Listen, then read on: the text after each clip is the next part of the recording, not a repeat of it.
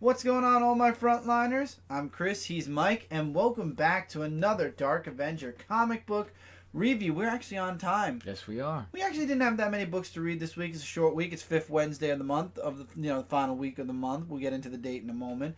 But this week the books really felt very, very average. Nothing really too far. Honestly, I only had about 2 4-star books, and they were the 2 books I actually reviewed on Comic Frontline already.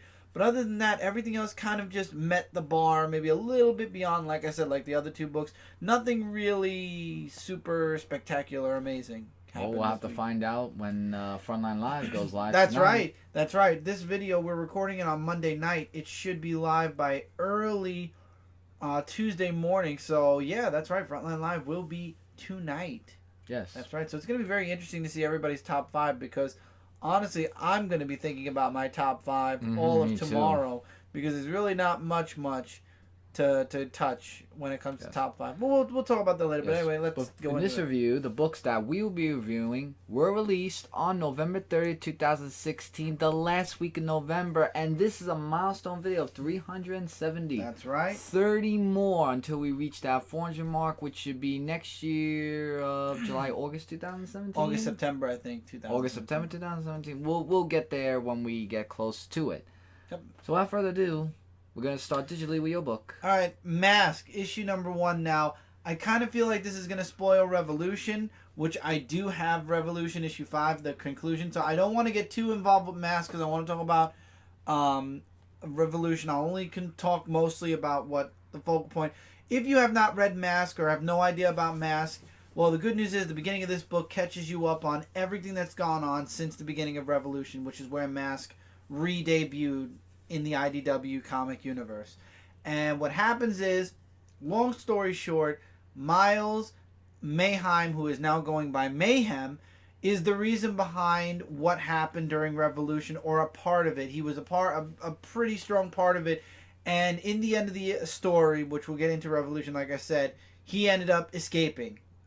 When there was a big ruckus, he was able to escape. So now this book opens up after Revolution. And what happens is now M.A.S.K is looking for Mayhem, because that's his name now, and they want to stop him before he's able to rebuild and basically take over again. And you get to see Mayhem's side, you get to see Miles kind of take over the role of Mayhem and form his own team, which they debut at the end of the issue. M.A.S.K is kind of on the run because there's all these things going on with other M.A.S.K vigilantes, and the law is wondering if M.A.S.K is involved in it. So anyway, long story short, in the end, Mayhem sets up a trap that M.A.S.K knows is a trap. Trevor 100% knows going in there that it's a trap, but they still go in, and Mayhem kind of calls that they're going to go in, and he traps them, and now they come face to face with the new team that Mayhem is leading, codenamed Venom. To be continued. Really great artwork, really great action, really good book. I gotta be honest, I probably won't pick this up physically single issue wise, but I will definitely go back and get trade paperbacks of this series. So I'll be reviewing it digitally, singly. But when the first trade paperback comes out, this is definitely going to be a trade paperback series. And this series, honestly, also, I think at some point I got to catch up on the trades. Mighty Morphin Power Rangers issue number, what? 9. I think. I love this cover, by the way. I think they're still in the first story arc technically. So, anyway, the Power Rangers now back in the morphing grid thanks to Tommy, who is no longer able to morph because he gave his power to the other 4 Rangers. They are able to take over their Zords again. And this upsets, of course, the Dragonite. And what happens is Billy convinces Goldar, who apparently is able... See, this was the really weird, convenient part, but it kind of reminds me of the campy Power Rangers of the 90s, where kind of Billy... We find out that Goldar can control everything in the prison, even though he's a prisoner in there. And Billy kind of says, you hate this Dragonite guy. We want to, stop him. The enemy of my enemy is my friend. So he kind of convinces Goldar to send him back to get him out of the prison so he can go back to the Rangers. And he goes back to the Rangers. And what happens is while he's talking with Goldar, they find out that Dragonite is not actually a person. It's a Zord. Because there's a hatch in the back. Gotcha. So Billy returns to Tommy. They both go inside of the Dragonite. And I think I'm saying his name wrong, but beside the point, they go in there, they're able to kind of screw around with it for a bit, and the Rangers are able to take the Dragonite down, and then he starts to shrink. Billy and Tommy disappear, and the Rangers are kind of like, what just happened?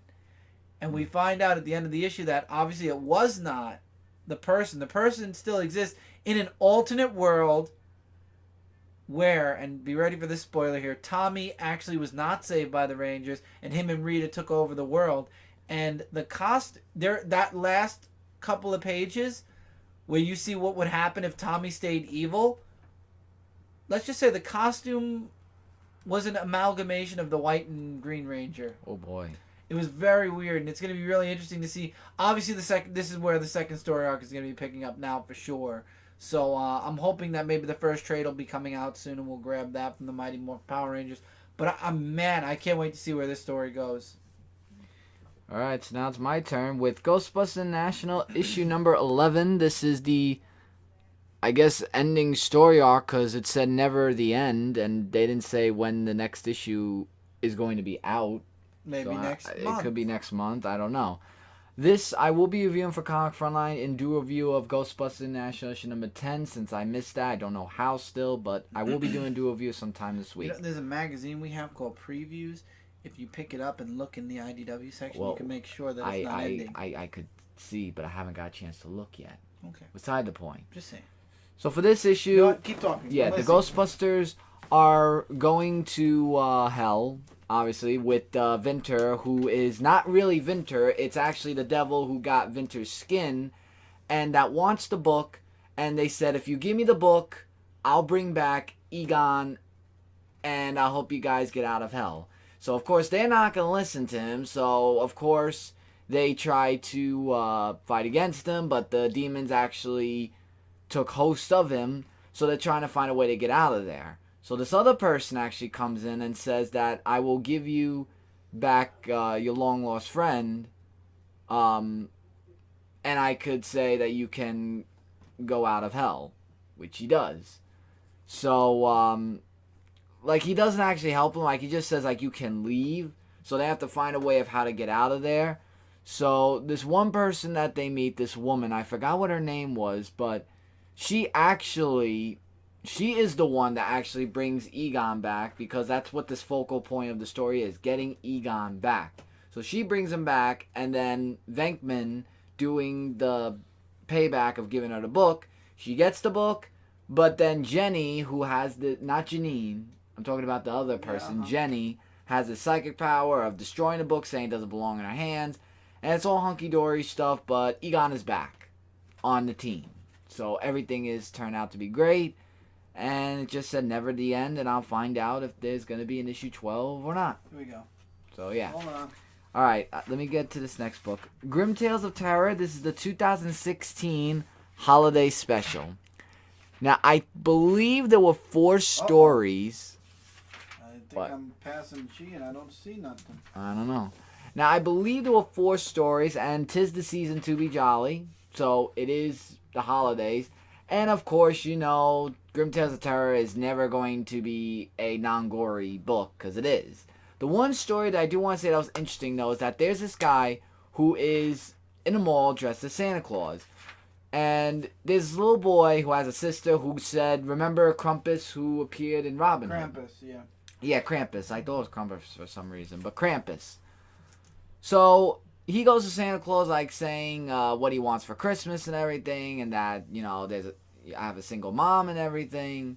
So he actually finds out the boy's address to go to the house and not only give presents, but to be with his mother. So he said Krampus 3 times.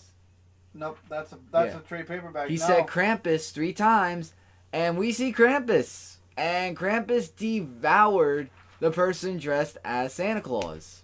So Ghostbusters Volume 2 is up to issue 11. So, well, it said never the end. So yeah, I guess that's the end of the volume. But yeah, there are lots of other stories too that are holiday related, but expect blood and gore is all I have to say. There was, however, a new issue number 1. This is Red Agent: The Human Order. There's going to be a 12-issue series which I guess is going to be a run-on year for Red Agent.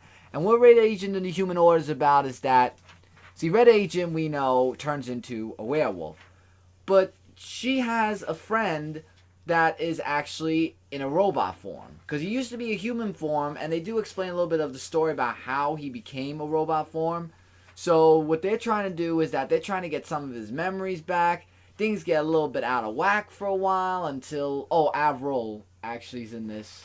Oh, cool. From... I keep forgetting that book. I can't remember, but with the witches and stuff. But anyway, she tags along with Red Agent to help with the robot. The robot goes like cuckoo for Cocoa Puffs a little bit, saying, "Oh, I don't know you. You're my enemy," and da da da. And now what they're trying to do is that they're trying to save the robot, as well as trying to save everyone else that was involved in this. Yeah, I'm sorry, but it looks like that Ghostbusters is done for now. All right. Well, maybe it'll come out probably towards the spring because it said Dude, they took a break before, remember? Right. So yeah. But Red Agent, I would say give it a shot if you want to see it, and definitely pick up this issue to see for yourselves. One Valiant book, Generation Zero, issue number 4. It was a little bit okay. Like, I'm not saying it was boring. Like, it basically focuses on the boy, the main character of the group. Like, remember the group of the high school students? It focuses a little bit on his story and his character. And it also focuses on that girl that they had captured in the last issue with the rope and everything, where she has some information to give to him, and he has a set of a child still, because they're not adults; they're like children in that sort of way. And they do explain a little bit more. I don't want to get too into it because it was getting a little like in depth of that. But, yeah, there were, like, lots of stuff that happened. The girl's father actually appeared in this issue with the robot form and everything. So, things are going to get a little bit twisted as the issue continues. But it was iffy, okay. But up to you guys if you want to read the book to see. Alright, now this one I did review for Comic Frontline, but I don't know if it's up yet. Sonic the Hedgehog, issue number 289. This is Genesis of a Hero, part 2. And to short this up, and I'm just going to show artwork, it's Sonic and Tails that are going up against Dr. Eggman and Dr. Snivy, who actually Dr. Snivy tries to get the upper hand on Sonic and try to bring him to Dr. Eggman. I love the artwork in this book. It really reminds you of the game. And I want to show you some because I think you might remember this, actually. So as he's going to... the Dr. Eggman's lair, grabbing onto the plane or whatever that thing was called. He fights off against the Super Butnick, but at the end, Sonic's gonna have a little bit on his hand. Cause Chris, do you remember this? Mm-hmm. This was from the Sonic the Hedgehog 2 game, and I remember playing this on the Xbox 360 when they had that as a playable video game. So I am very aware of this Dr. Eggman form, but I gotta see how. I mean, we probably know if it's going to play out the same or differently from the game, but it said to be continued in the game, but it's going to continue on as the issue continues. And one more till we get to 290 and the 10 mark until we reach issue 300. All right. Now, I've got 3 indie books, right? 3? 4. 4 indie books. We've got Revolution issue number 5. This is the grand finale of Revolution. Now, there was one other one-shot. Is it a fold-out page? Yes, it's an open page. Yeah. Now, there was another one-shot, which I did not get yet, which was Transformers Till All Are One. If I can ever find it, I absolutely will buy it. I know that we have to get a couple of Spider-Man books this month. I'll just throw it into that pile. When we get all 3 books, I'll order it. But this book is all action. It's the Transformers. It's G.I. Joe. It's M.A.S.K. Everybody... It's one big fight against I forgot what the guy's name was that was at the end of the last issue, but it's one big fight to stop him from taking over Earth, taking Earth down just so that he could fix the microverse. I mean, there's some real bad battle damage going on. And we also find out that Miles is behind a lot of what's going on. And he ends up disappearing, like I said, because they make one final push with... what's his name, with the Transformers. Everyone kind of makes that final push to keep the microverse, and whatever this guy's name was, from staying on Earth and, kind of saving. I don't want to spoil too much. I want you guys to read it. So let's just say they saved the day. A few people did, are sacrificed for that. The Micronauts end up in a precarious situation at the end. Miles has disappeared going into M.A.S.K.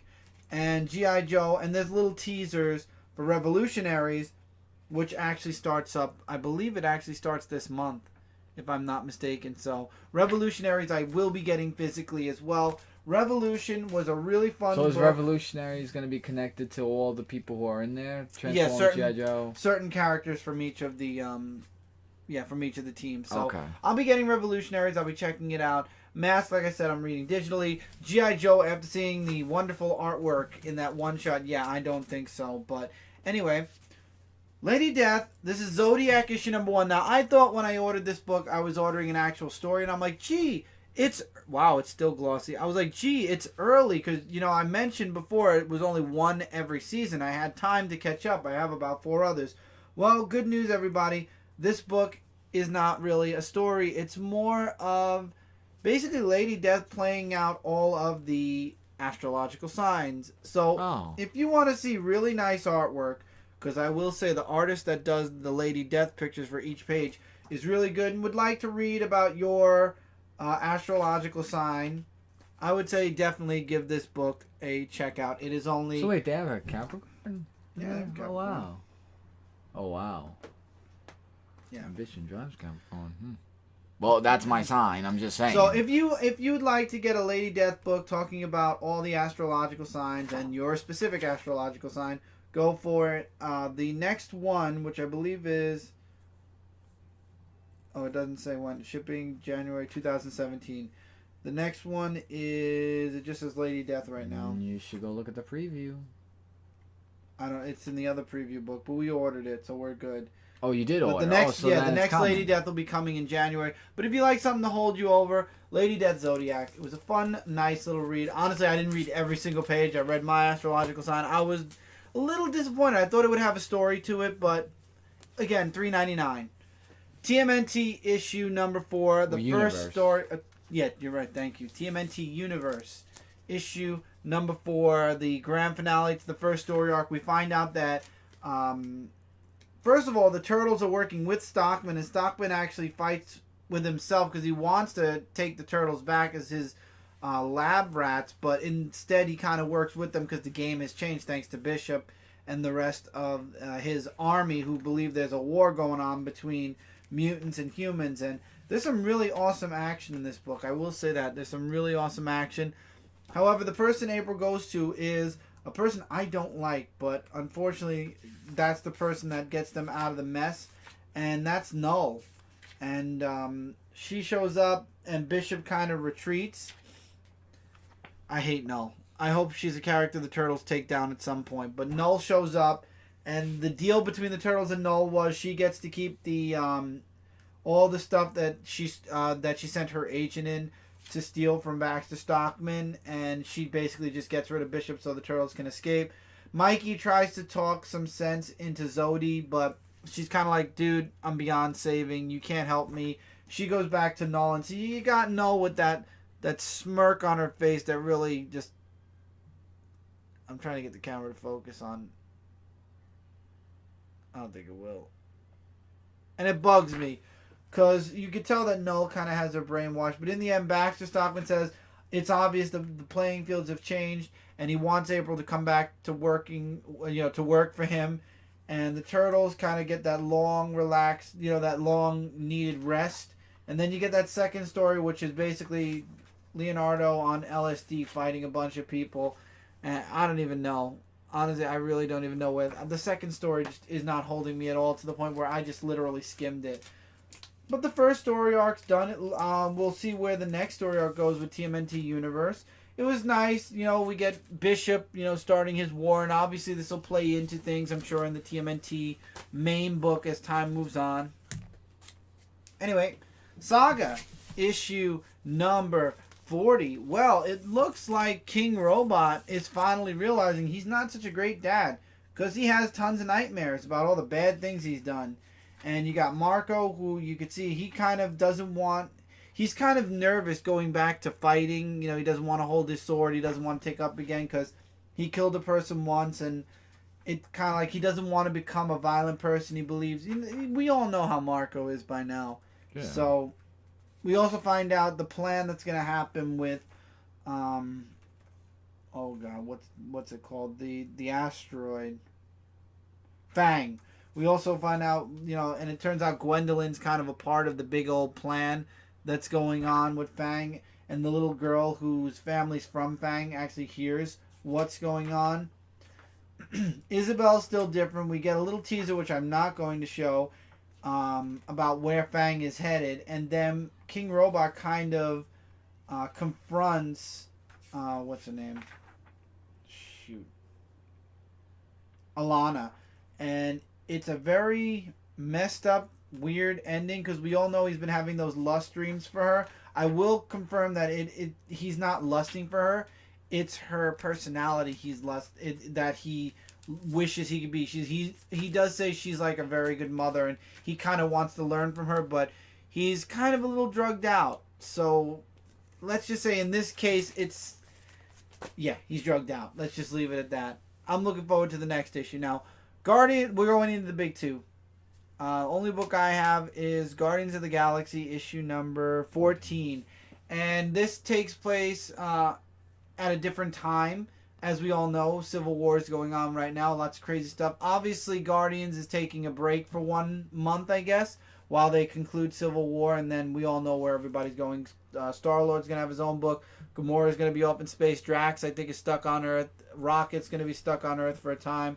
So I guess eventually we're going to go into how they get back to being the Guardians. But in this issue, Spider-Man gets kidnapped by the Skrulls, and it's up to the Guardians to save Spider-Man. And there's a Skrull that actually takes over as Spider-Man, and that pisses Venom off, Flash. Really awesome fight scene, and Flash really does a really good number on, I forgot what the Skrull's name was, but in the end, they're able to save Spider-Man. Spider-Man has no clue about what went on. So it's kind of like one of those tales that happened right before Civil War happened. It was nice. The artwork was good. It's going to be real interesting to see what happens next with Guardians. All right. And my only book I have is Thunderbolts issue number 7, or issue number 1 now, with the whole now no, thing it's issue that's 7. happening. It's issue 1 with Marvel now I know, again. but the whole Marvel now thing is just... Now again. I don't understand. But anyway... Just to make this long story short, the team is looking for the Winter Soldier. And what Maria Hill, the director of S.H.I.E.L.D., wants from Winter Soldier is that girl, Kabiko? Okay. That little girl, like, you know who she is, right? That they want her because she's a source of energy and has, like, the cube and stuff like that.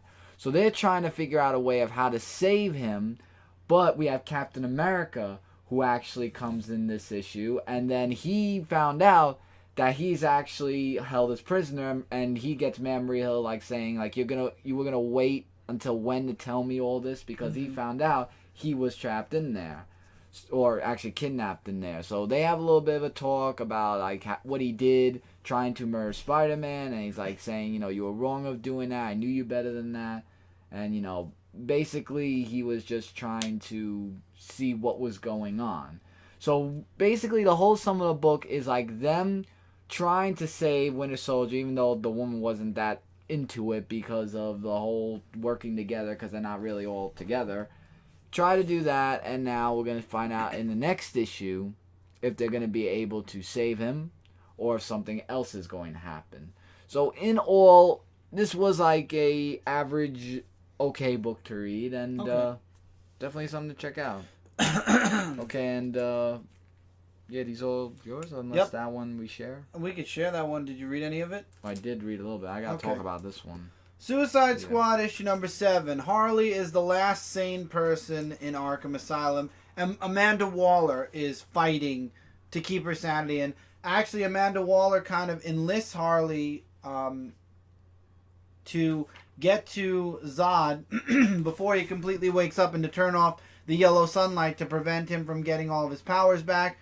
The only thing this book does, and it's kind of sad, is Harley actually admits out loud that because she's sane now, she's actually better at fighting and making a strategy because her head isn't clouded. So basically, this book confirms that Harley Quinn could be a lot better if she was sane, and because she's insane, she's not as good as she can be, like not reaching her full potential, which is kind of sad. Turns out Killer Croc and the Enchantress. I'm not gonna say anything about what's going on with Killer Croc and the Enchantress. Hack basically cleanses her system of the insanity. We find out at the end that Harley ends up in a precarious situation with Killer Croc, and we find out that the thing that's hacking and screwing around with everybody's head might actually be Captain Boomerang. That's going to be interesting, and hopefully we can get past the story arc, get to Justice League versus Suicide Squad, and move on from there.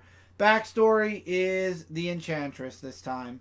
So if you like a nice, cool backstory involving the Enchantress, then this is the book for you. They've basically, I think now, or by next issue, they will have covered, I think, everybody in Suicide Squad. I don't think there's really anybody left. Unless they're going to do Amanda Waller. They might. I'm trying to think if there's anybody left that they haven't done. They did Killer Croc, too. I don't know. We'll have to wait and see next issue to find out. Now, this is a book that Mike and I guess, will composite talk about. And this is New Talent Showcase. Now, this has an $8... I'm sorry. I'm not talking about the price. I'm going to talk about the price. This has an $8 price tag. So for $8, this book needs to deliver. Mm-hmm. And I'm worried about this coming month, December, with the holiday special, and I think there's a few other books that are a little bit more than $2.99. Now, this book, I'll talk about the stories real quick. You've got Hellblazer, which is a Constantine story, which I'm guessing you read. There's Wonder Woman, Blood and Glory, White Lantern, Dead Beacons, Hawkgirl, Dead Weapon of War, Dead Man, Killing Time, Wonder Girl, Digging Up Demons, Catwoman, Wonder Woman, The Amazonian Job, Superman, The Man in Black, and it concludes with Harley Quinn, Good Morning, Gotham. First story arc is Constantine. I skipped it. Did you read it? Well, good Constantine, artwork. Well, actually, with Constantine Zatanna, I really didn't like the artwork. Kinda. I thought the artwork was okay. I wasn't really that fond of the artwork, like, while I was looking through the book. Alright, well, what's the story? Well, basically, it's just Constantine and Zatanna just talking with each other and just reuniting, and you know how some of the times they don't get along, but then, you know, it was like a little bit of a short story. Like, really, that's the whole thing of the reunitation between those two. It's kind of funny you say that, because I did not like the artwork for Wonder Woman. Oh, so... I wasn't a fan of it. It's Wonder Woman fighting this beast with Flash. Honestly, this was one of the books I skimmed because it's a New Talent Showcase, so I figured they were just showing off the talent for the writing and the stories. Just in case I didn't show artwork for Constantine, I'll show you guys some artwork for Constantine. And honestly, Wonder Woman wasn't the story I was really looking to read in this book. But next story was Hawkgirl, I believe. Hawkgirl was after Wonder Woman? Or was it Dead Man? No, I'm sorry, White Lantern. It was next.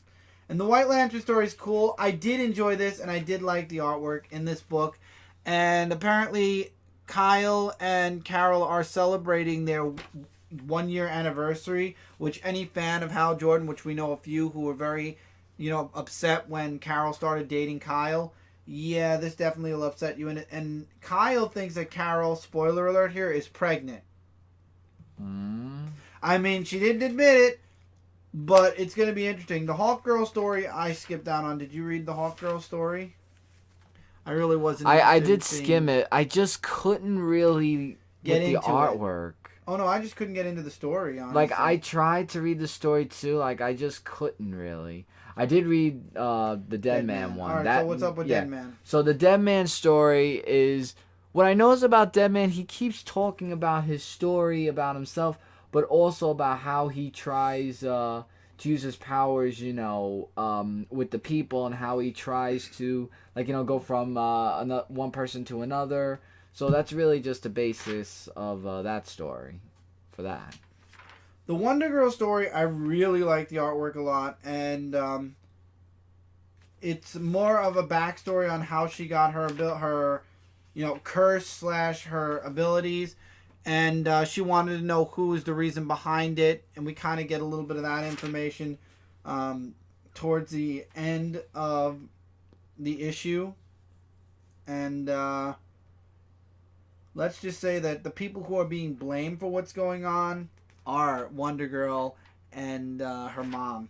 So very interesting. I like the Catwoman Wonder Woman story. I don't know if you read it, but the artwork was really nice as well. Yeah, for that. I don't know. I really just couldn't get interested in this book. Even with Harley Quinn was just. Oh, you didn't get there yet. I thought you were there. No. Then you're talking about Harley Quinn? That's the last one. Yeah, I mean. All right, yeah, Superman. Yeah, yours is that. Yeah, Superman, which I did like the artwork in here. I don't know as an ongoing, as a title artist if it'd be good. But I did like the artwork here. Apparently, Joker invades where Superman is and kind of screws with Lois.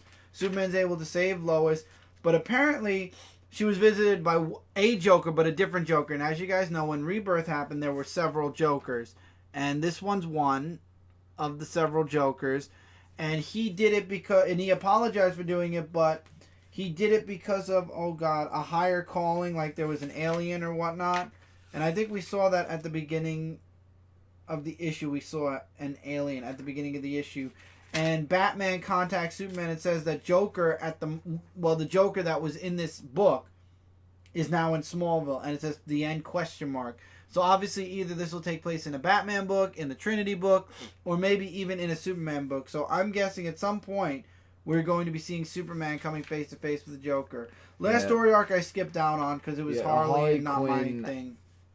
I just don't know words of what to say about Harley Quinn. It's just. I'm trying to get a good page. A rampage of, what she does, and all in all, like, after looking through this book, it falls on my least favorite.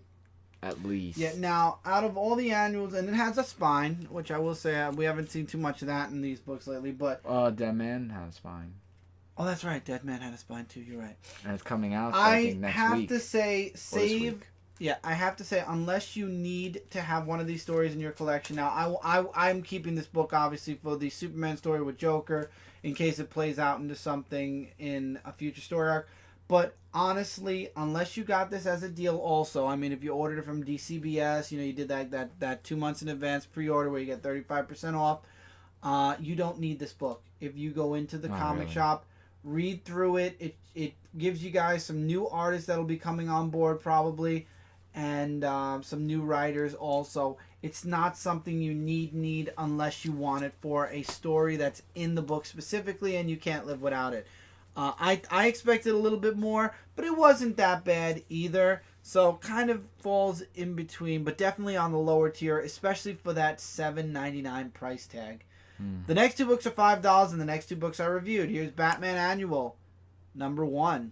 And I enjoyed it. It has 5 stories in it. All Christmas related. If you want a full-fledged review on it, you can check it out. I did do a solo review on all the book, on both this and the next book. First story arc has Alfred and Ace the Wonder Dog. That's all I'm going to say there. Second story arc is called Silent Night because it's exactly what I said. It is a silent night in Gotham. I want to show you guys the artwork from each of the stories because each art changes. Their next story was Harley Quinn. I forgot what the name of it was, though. Not So Silent Night of the Harley Quinn. And Neil Adams actually I keep saying guess. Neil Adams actually did the artwork for this book, for this story. Oh, God. I'm losing it at the end of this review. And then next story arc actually introduces a character we will be seeing in the future. I will not spoil that. If you'd like a spoiler on that, go check out the full-fledged review. But it teases a character we'll be seeing in 2017. And then the last story arc, which was my least favorite, I can't tell you guys the title of the other one because it gives away the person, but the Insecurity Diversion, it's just the Haunter and Scarecrow. They try to screw with Batman, and Batman actually one-ups them in the end. Haunter escapes just to get thrown back into Arkham. The end. Out of the 2 annuals, because there is still Superman Annual, this was a nice 5 stories in one, kind of on or around Christmas time. So it was really nice. It was really, an enjoyable read. Superman Annual number 1, however, is one story, and again, I've reviewed this for Comic Frontline, so if you want the full story on Superman versus Swamp Thing, check out my review, but that's exactly what this book is. Superman versus Swamp Thing, because Swamp Thing believes Superman does not belong on that Earth. I love this page. I want to show it again. I showed it on my review digitally. I'm going to show it physically now. And what happens is 2 fights break out. One is Superman, and he accidentally kind of infects Swamp Thing, and then Swamp Thing finds out that, or tries to tell Superman he's out of tune with that world, that he's still kind of stuck on his world, and the way he takes in solar energy is different from the way the New 52 Superman took in energy. And as a matter of fact, since the New 52 Superman's death, he was taking even more solar energy. So Swamp Thing, through means, if you want to know how, watch my review, is able to cleanse or more in tune Superman to the planet. And he kind of tells Superman, I will spoil this, he's like, you gotta let go of the past. Don't forget the past. The past is what makes us who we are. But live in tomorrow. Be the man of tomorrow, which I hope at some point they bring that back, that title back. We'll see. But yeah, so in the end, you had 2 really awesome fights, great action, awesome artwork, and it ends with Superman being, again, if you're not really heavily into Superman, this story arc or this annual won't mean anything to you. But for Superman fans who are very, dead set on knowing everything about the pre-New 52 Superman, or Superman fans in general, we will be very happy and you will enjoy this book immensely. I did, and it's nice to know that now Superman's more in tune with the DC universe thanks to Swamp Thing, and it was really good. I really enjoyed it. Did you have to read this book? No, but it does kind of answer a question that was left in a previous story arc. I believe it was either in Action or Superman. Those are the only 2 Superman books, but it answers the question about what happened when Superman put his hand on the Earth and it glowed. So if you're curious to know where that end game ended up, that's the annual to read. And with that, that's it for this review. Yep. We are done at only 37 minutes. Wow. That's a half hour earlier than we normally finish. Yeah, well, sometimes it happens. Exactly. So guys, as always, feel free to comment below your thoughts on any of the books we reviewed here, recommendations, agree, disagree, what have you. Also, there's a subscribe button under this video. If you have not yet subscribed to Comic Frontline, hopefully you will smash that subscribe button. We post videos each and every day. Very rare that we don't, but there's at least 1 video a day coming out of Comic Frontline.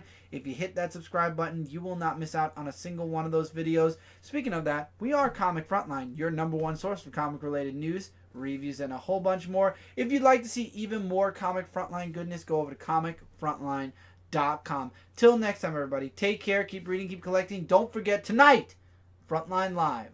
Yes. It's going to be a very interesting top 5, I'll tell you that much. It will be. But anyway, take care, everybody. We'll see you guys really soon in the next video. Bye, everybody.